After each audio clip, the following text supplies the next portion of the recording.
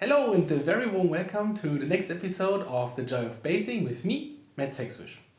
Today we will be learning how to build the magic mushroom base.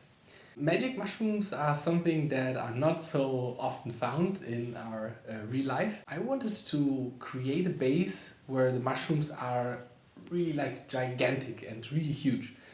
In order to do that, we will be using some rather basic materials, some general metal foil, like tin foil, and some styrene rods that we will be melting using a blowtorch, and also some standard milliput and an oven. The texture on the stems of these mushrooms is actually something that is very, very interesting and allows for great painting. So I really hope that you will be able to recreate these kind of bases and that you will share your result with all of us once you're done.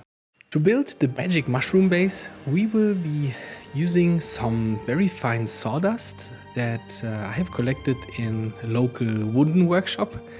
If you don't have such a workshop around, you can also go to a hardware store. Sometimes they have a wooden department where they cut pieces of wood according to the length, and you will be able to get that there quite easily. You need very fine sawdust. For this I'm using a tea strainer to separate the bigger parts of the sawdust and these very, very fine, nearly sand-like looking particles out of there. You can also see that I have some other bits in there, like aluminium pieces, but that's just fine. We will be using a little shot glass to mix the components together that will allow us to create these dense moss mats that grow in damp or shady locations in real life. We add some very dark green pigment to the sawdust and also some fine super glue. In this case it's some Ponal Express. I have also thinned it down a little bit with water so it will be even finer and easier to mix.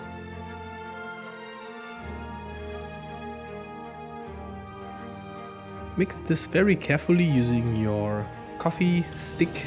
Stir it until it's one mass, and then it's good to be applied to the base.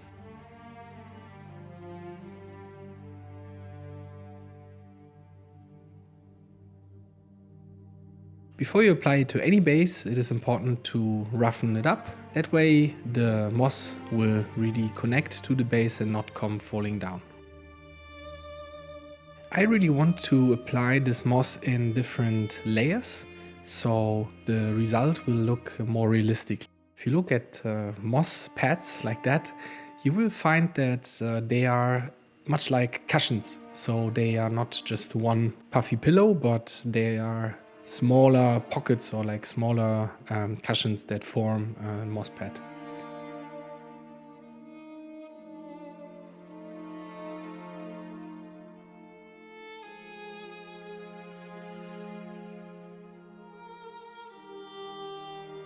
Once you're done with applying this, you can put the container with the shot glass inside of one of these zipper bags, so it will not dry out.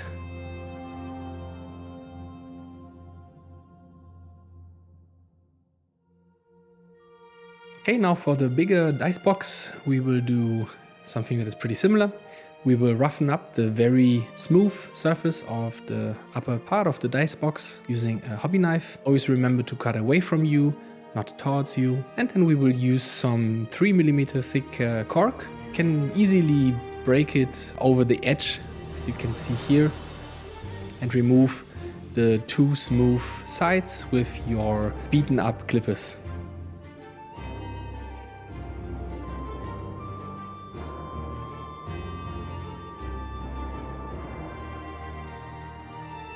I would like to add several layers of that cork. In this way we will be able to create something that is more like a terraced surface, not something too boring. Something slightly sloped will be really, really great.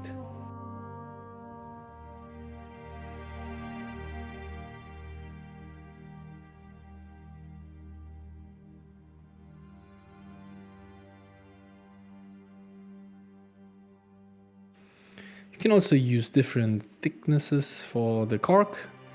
I think that this one here is a little bit thicker, and this will help to make it look more realistic because these layers in the ground, they vary in depth, so use different thicknesses of cork.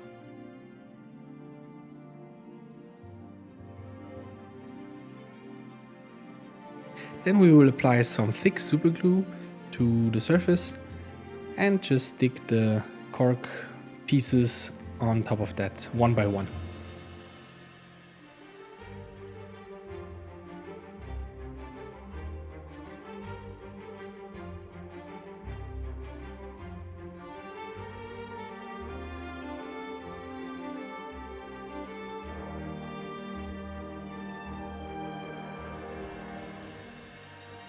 Also remember to wear your gloves for this. Whenever you use super glue, you really don't want to glue yourself to the base. It will save you a lot of time cleaning up your fingers.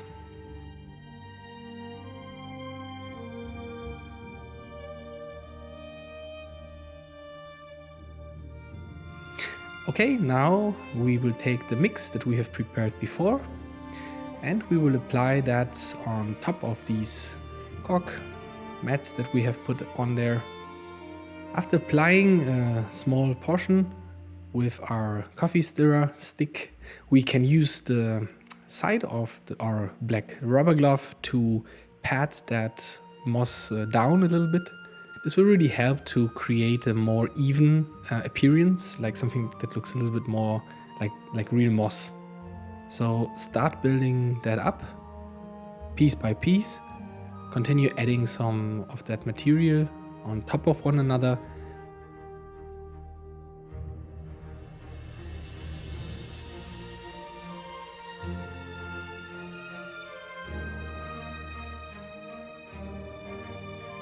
And then you can also use a rubber brush like here to just pat that down really carefully and allow it to form these puffy, mossy pads that you can also see in real life.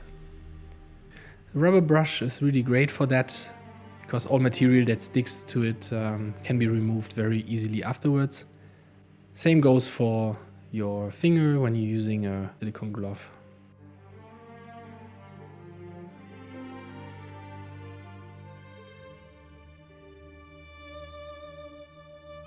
Alright, after a little bit drying you can see how this can look, and we do the same thing with the smaller base too. Add some time to dry up. You should not wait too long because you really want the upper layers to connect to the lower ones. Around 10 minutes or so should be more than enough.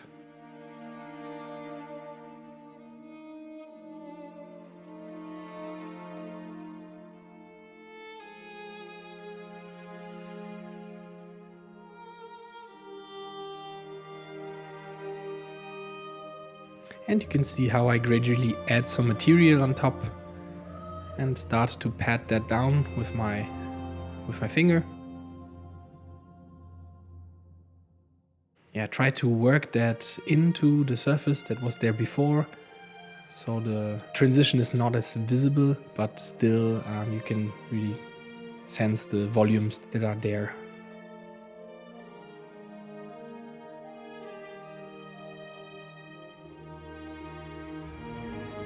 If it's too sticky, just wait for some more moments and the glue will dry out a little bit more, allowing you to apply that without having everything on your glove.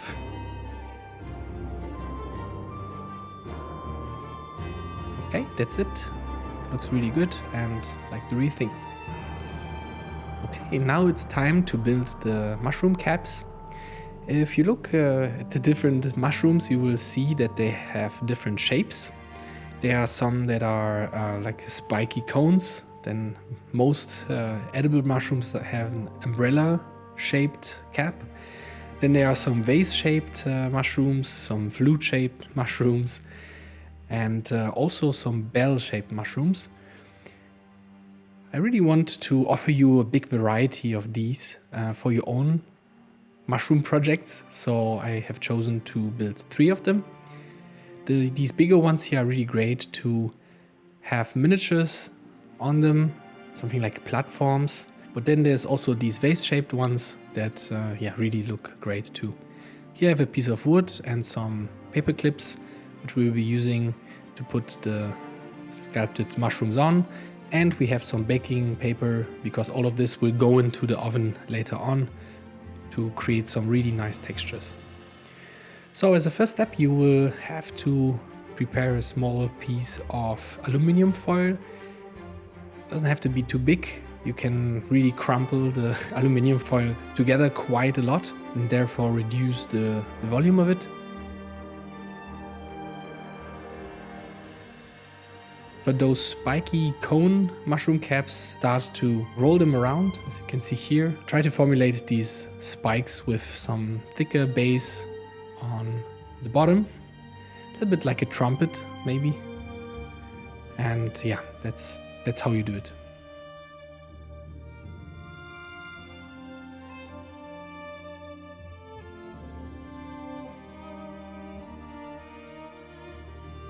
For the bell-shaped mushrooms, you can stick a finger into the aluminum foil and then start to bend the foil around.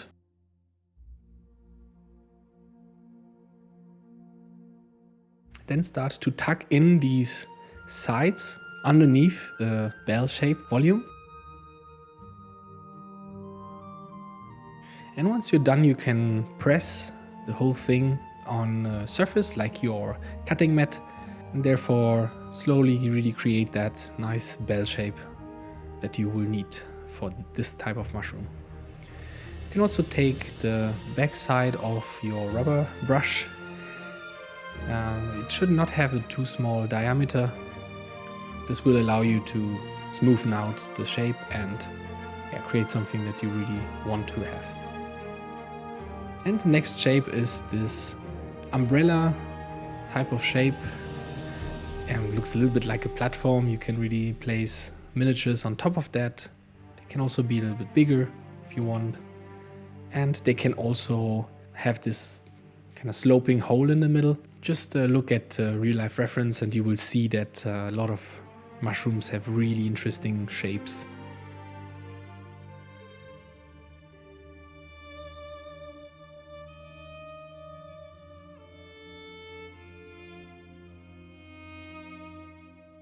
Same thing, again, the rubber brush and tip will help to add a little bit more interesting twist to the whole volume.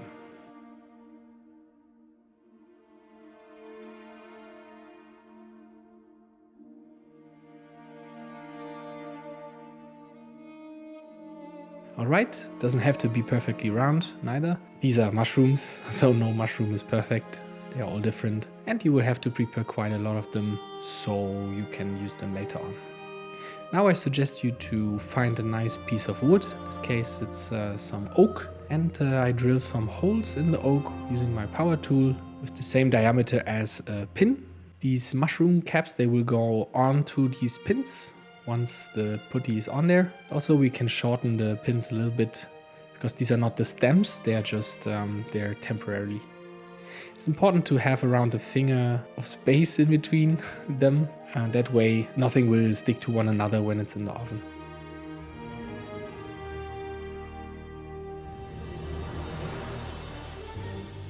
Now we will mix some milliput. You've seen these clamps that I use to keep my milliput fresh. And when I mix milliput, I usually try to make these pancakes out of that, and then I stack that on top of one another. And then I start to kind of twist it, so that way you will be able to mix your milliput really quickly. Really remember to wear your gloves though. Milliput is not the healthiest stuff around. It's like some resin-based putty, so be very careful not to get it onto your skin or even worse into your mouth.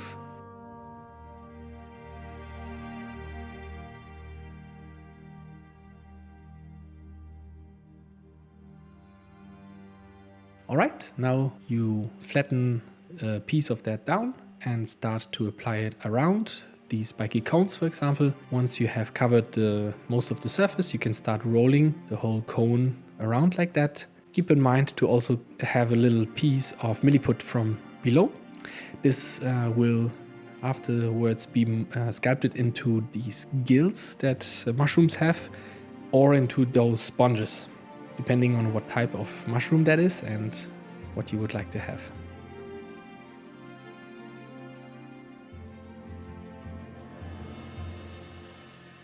You can already see that the texture on the mushroom is quite interesting. It's because I'm wearing gloves. If I would be doing that without gloves, it would be full with fingerprints. So yeah, wear gloves when you do that. Okay, now we take our hobby knife and add some little cracks and some little imperfections on top of that mushroom cap. This is very important because I want these mushrooms to look like big mushrooms, and therefore we need to keep in mind what scale they are. So all these little details on the texture will really help us to give a sense of scale. So these could be little cracks that are due to humidity or something like that.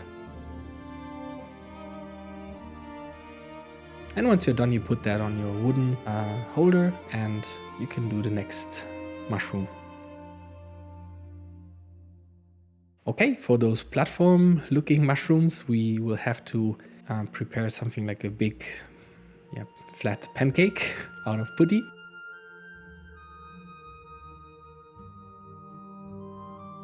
And then we apply it on top of that volume that we created from the tinfoil. And we start to bend that remaining putty around the edge downwards and to tuck it in.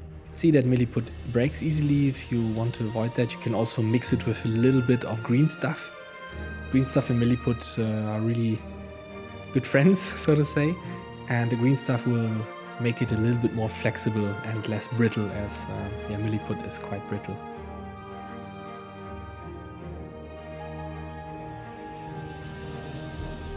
Okay, cover most of it and then start working on the lower end here to formulate the gills. You can also add the pin already, because you don't have so much structure in the aluminium foil to help the pin support all of that. That's why we need to build something like a little lower piece there where we can put the pin in, and the stem also. Use your rubber brush to formulate that lower part out a little bit, and then use your hobby knife to add some of these gills by simply cutting around the middle of the lower part here. If you want to make something really nice, you can also take your time and formulate real gills out there. You can also build them out of paper, but that will take a lot of time.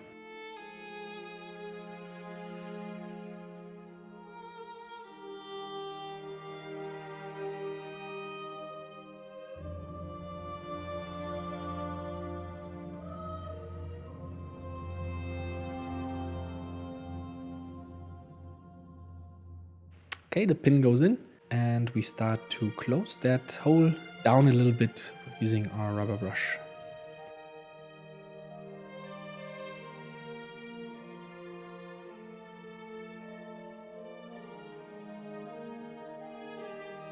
Okay, the mushroom goes into the wooden holder and that's it.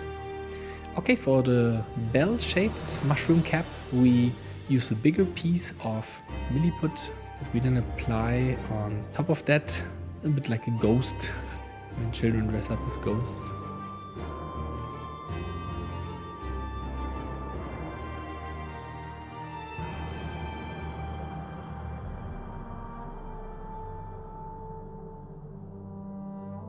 And by pushing like that, we will really have to distribute the putty around. Then we also tuck the recess underneath the mushroom.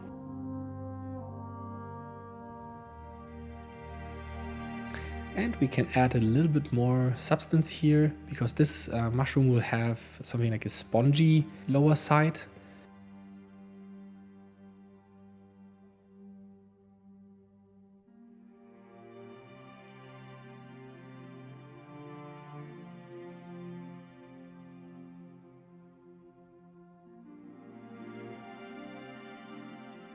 Yeah, once we're done with that, we use a very, very short bristled and beaten up brush that you will certainly not use anymore for other things. And we will start to dab in that texture that it has. So it looks really like a mushroom sponge from below.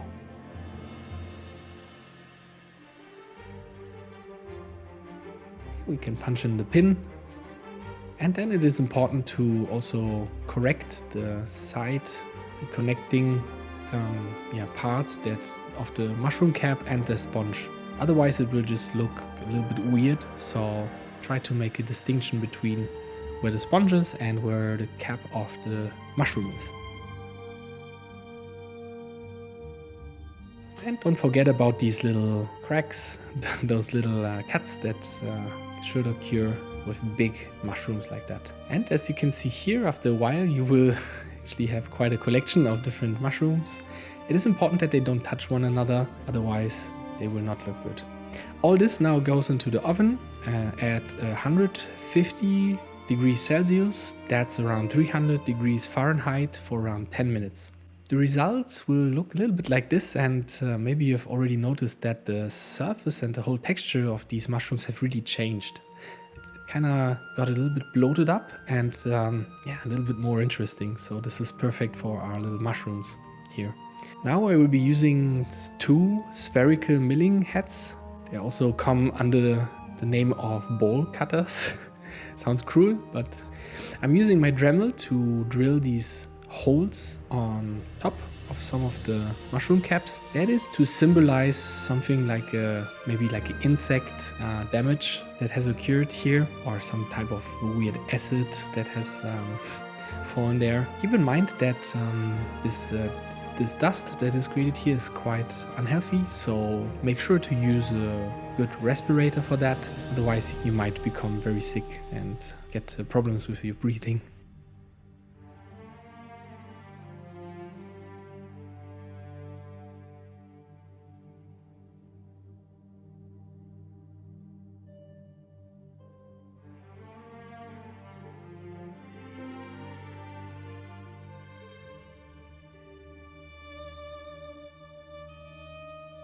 So first we have used the bigger spherical milling drill head, and now we switched to a smaller one. When I visited my dentist the last time, I asked him if he has these around, some that he doesn't use anymore, and actually I have quite a lot of them at the moment, even smaller than that. It's very important to not drill too deeply with that, just create something that breaks up the surface a little bit, and also try to achieve a harmonic composition of these holes.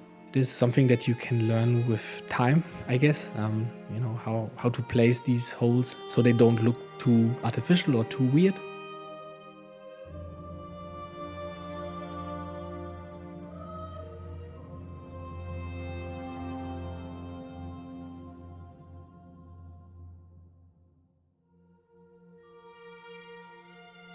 And use an old brush to remove the dust that has occurred from your mushroom cap. This is how it should look after you're done. And you can do the same also with the platform looking umbrella type of mushroom cap from the upper part. You can also focus more on one side. So maybe there was a giant monster caterpillar that has had some bites out of that tasty cap. Yeah, let your imagination flow and try to keep it harmonic and interesting.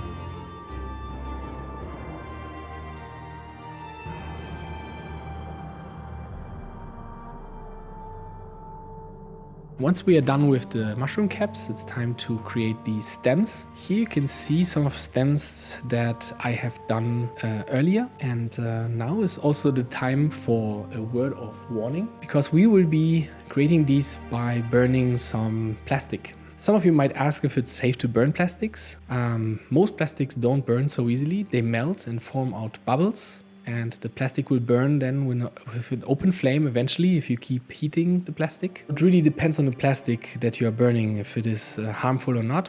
So in order to protect yourself from most of the fumes, it is good to use a good class respirator. It is also important to know which cartridges you use for your respirator, besides of the platform that is the thing that kind of attaches to your face. The company Njosh, for example, has a color coding system to help you identify the correct equipment for your specific hazard. So for example, some common colors are for organic vapors from solvents such as in paints and thinners, and these are labeled black. Okay, so we will create these stems by burning polystyrene rods, round ones and also rectangular ones. I still had some of the hexagonal rods left from the hexagonal crystal base, so we will also give that a go. And you can see here that I'm using a blowtorch. This blowtorch, it burns with heat from something between 800 to 900 degrees Celsius, which is around 1500 degrees Fahrenheit. This one actually comes from kitchen supplies. It's a blowtorch that cooks use to quickly caramelize sugar, for example. And it's just perfect for our needs because it has a big tank that can be filled with gas. When you melt this plastic, it is very important to do that very, very slowly.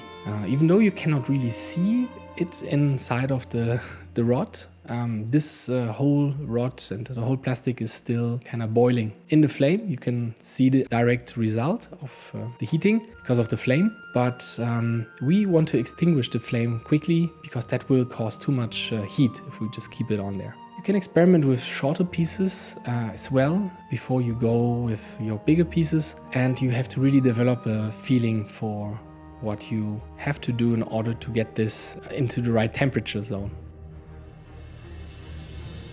I also use these two pliers, like one of my beaten up pliers, and either a round head plier or a flat head plier. And once the temperature is right, I start to pull the whole rod down. I pull and twist it so it actually gets extruded step by step. I also don't hold it in the flame all the time. Holding it in a direct flame would cause it to immediately break and burn.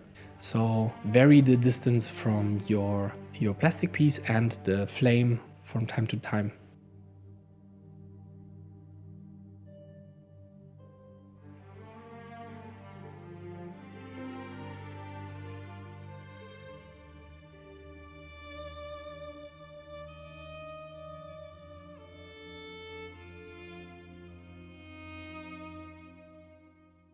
Once this is all cold and set, you can use your clippers to clip it at the right height for your mushroom stem.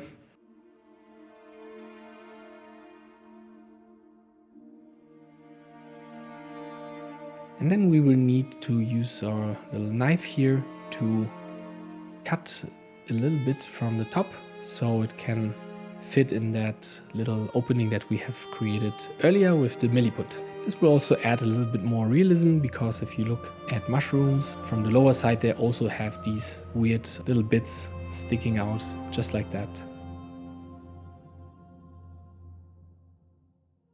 Yeah, perfect. You can then glue the styrene stem to the upper part using super glue. And we can also use these wooden shavings that I have to add some more layers of realism, like these little peeled off stem bits there. These wooden shavings, they are actually just rabbit litter shavings, yeah, for small animals. You can see that you can create really interesting shapes when you use different dials of styrene. It doesn't have to be round. And for these smaller caps, we would use a styrene that is not perfectly round. It's something more interesting. All these little holes that you see in the stem, they are actually created by the boiling material that is really getting into the temperature and then starts to gas. And then that gas creates these very, very interesting holes in the whole stem. So this is something that I've discovered some time ago when I was doing some wooden staffs for some beastmen. And yeah, if you observe very crooked root wood, for example, you will find that it looks very similar to that. So it's a very, very simple way to create an extremely nice surface and a very nice result.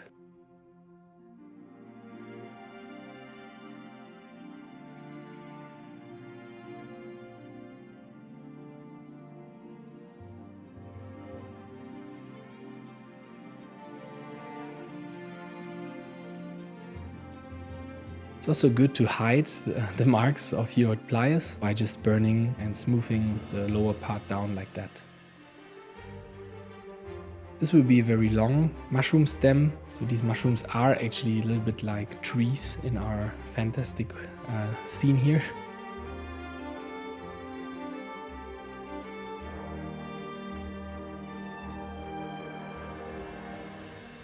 And for these bigger caps, we can also use very thick stems.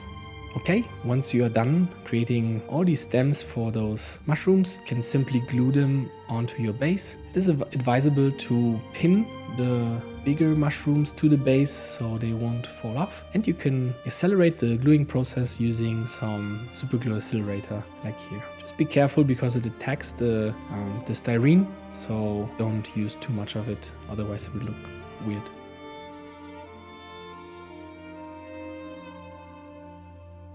Then there are those Pilze und Fahne from the railway company Busch. They are very, very small and really cool, but there are some only very limited amounts of them in the box. So if you really want to create more or just also bigger mushrooms, you can do that by simply taking some milliput, forming that into this like pebble shape and using a toothbrush to add a little bit texture from top and a little sponge to add this sponge looking texture from below.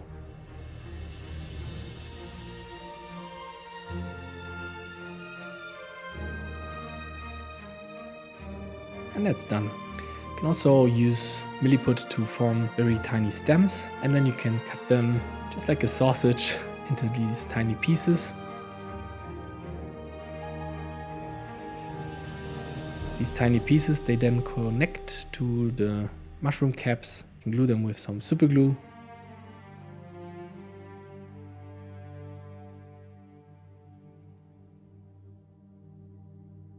And that's one mushroom done.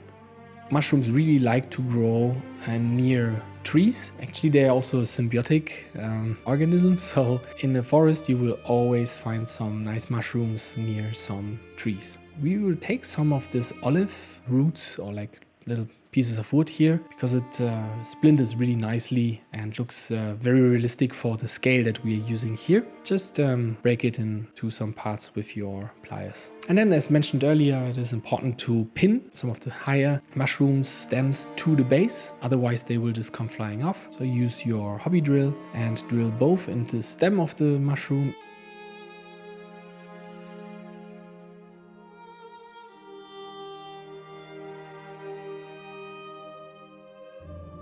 and into the base.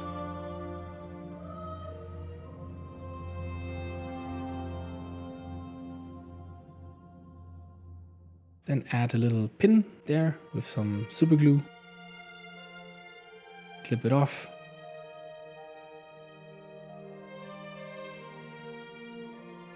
And you can glue all of that into the base.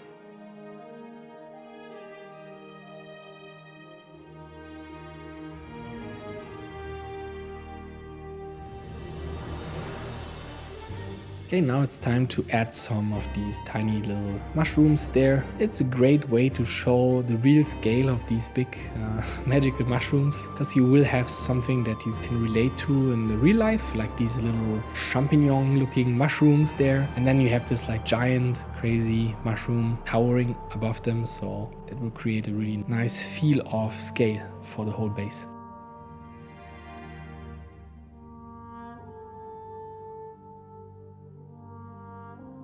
No mushroom is complete without a little bit greenery and a little bit ferns. So the Busch box comes with these. I think they're a little bit problematic because they are made of plastic, so they don't bend as nicely as I would like to. So instead I'm using these Frederikus Rex paper ferns here. They are quite expensive. One sheet costs around 10 euro of these, but they just look really great. They have all the details that real fern has. So it's a very, very nice way to add some foliage to your base that will look authentic. You